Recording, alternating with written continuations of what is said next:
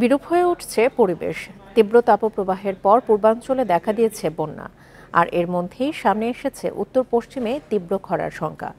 দুর্যোগে বার্ষিক গড় বৃষ্টি কমছে, বিপরীতে তাপমাত্রা বেড়েছে 1.4 ডিগ্রি সেলসিয়াস। গবেষকেরা আরও জানাচ্ছেন, আগামীতে রাজশাহী, রংপুর, খুলনা হবে সবচেয়ে উত্তপ্ত বিভাগ, আর এর সবচেয়ে বড় প্রভাব পড়বে কৃষিতে। নগদে 500 টাকা বা তার বেশি পেমেন্টে পেতে পারেন ঢাকায় জমিসহ 20 কোটি টাকার পুরস্কার।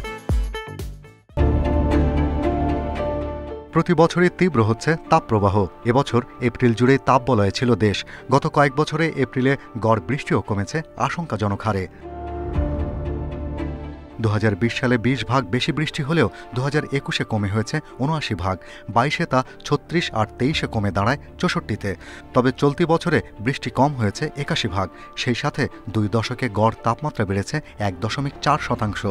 এতে খরার প্রবণতা বাড়ছে। তাপমাত্রা বৃদ্ধি যে এর প্রভাবটা কিন্তু পুরোপুরি বাংলাদেশে কিন্তু এটা পড়ছে।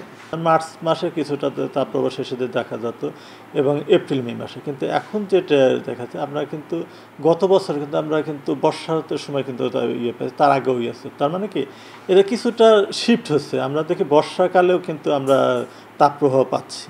জলাধার আর বন উজাড়ে বিপর্যয়ের মুখে উত্তর পশ্চিমাঞ্চল। বৃষ্টি কমে যাওয়ায় ভূগর্ভস্থ পানির ওপর নির্ভরশীল হচ্ছে কৃষি। খরাসহ প্রাকৃতিক দুর্যোগের ঝুঁকিতে 22 জেলা।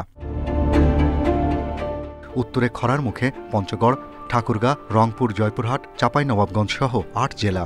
খুলনা বিভাগে চুয়াডাঙ্গা, যশোর সহ 4, সঙ্গে আছে ঢাকা বিভাগের গাজীপুরও। অন্যদিকে খরা ছাড়াও বন্যার ঝুঁকিতে রাজশাহী, নাটোর, বগুড়া, সিরাজগঞ্জ, পাবনা ও কুষ্টিয়া। একই সংকটে চট্টগ্রামের 3 পার্বত্য জেলাও। জলবায়ুর পরিবর্তনে সবচেয়ে বেশি প্রবলেম যেটা হবে সেটা হচ্ছে খরা। অনেক দিন ধরে চলে, তাহলে এর উপরে যে ডিপেন্ডেন্ট জনগোষ্ঠী আছে, সেটা কৃষিকাজের জন্য হোক, মৎস্যের জন্য হোক বা যে কোনো কাজে হোক, সে কিন্তু আস্তে আস্তে তার লাইভলিহুড নষ্ট হবে। মাগুরা এবং যশোরে যে পাট চাষিরা পাট চাষ করতে যাচ্ছে না, বিকজ পানি নাই। তাহলে আপনি পাটের আঁশ দিয়ে যে ব্যাগের বিভিন্ন ধরনের জুট প্রোডাক্ট হতো, সেটা তো আস্তে আস্তে নষ্ট হয়ে যাবে।